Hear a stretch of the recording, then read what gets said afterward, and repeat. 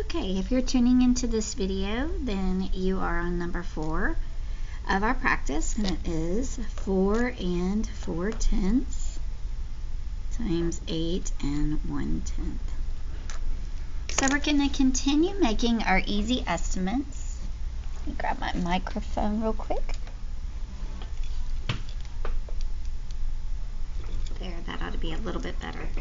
And so when I think about the number 4 2/10, I have to think, am I closer to 4 or am I on my way to 5? That's right, boys and girls, we're closer to 4. And when I think about 8 1/10, am I closer to the number 8 or am I on my way to 9? That's right, we're closer to 8. So my quick and easy estimate is about 32. So now what I'm going to do is I'm going to go back and multiply my exact answer. Here's what I would challenge you to do. Go ahead and multiply first and then check your work with me. So you can hit the pause button and try to work through this problem if you're comfortable. And if not, then you go ahead and listen to the video and follow along. So we're going to pretend like the decimal point is not even there. So we're going to multiply 1 times 2. 1 times 2 is 2. And then we're going to multiply 1 times 4. 1 times 4 is 4. We have nothing to cross out except the 1. And we're going to put a 0 placeholder down because we're changing place values to multiply. So now we have the number 8. And the 8 is first going to be multiplied by the digit in this place. Our lowest place value, 2, and then we're going to multiply the 8 times the 4.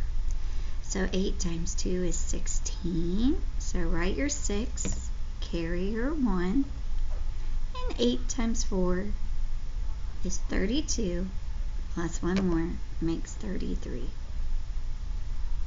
Now you can pause the video and add this together and then check your work with mine. So go ahead and pause, add, and then unpause to check. After adding the two partial products, you get 2, 10, 4, and 3. And I have to think about, where does that decimal place go? So I count my digits behind the decimal, tenths, hundredths, and I bump it over tenths, hundredths.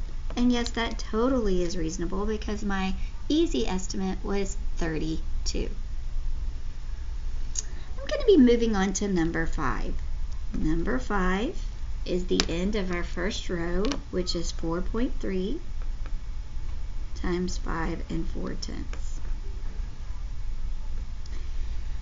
So very quickly, I'm going to go ahead and get an easy estimate. So when I think about 4 3/10, am I staying at 4 or growing to 5? That's right, I'm going to stay at 4. When I think about the number 5 4/10, am I staying at 5 or am I going to grow to the number 6? That's right, I'm going to stay at 5. And my quick and easy estimate is 4 times 5, which will give me 20. Now I'm going to go back and multiply, starting with the digit 4. 4 times 3, then 4 times 4. 4 times 3 is 12. Carry your 1, and 4 times 4 is 16, plus 1 more makes 17. Cross out your 1, cross out your 4, and put your place value 0 down. Now it's the 5's turn. It's first going to be 5 times 3, then 5 times 4. 5 times 3 is 15. Carry your 1. And 5 times 4 is 20, plus 1 more makes 21. Take these two partial products and add them together. Go ahead and hit the pause button, add, and then unpause to check and see if we agree. When you add, you get 2. 5 and 7 is 12. 1, 2, 3, and 2. And I count my place value, tenths, hundredths, so I bump my decimal over tenths, hundredths. 23 and 22 hundredths is very reasonable to my quick and easy estimate of 20.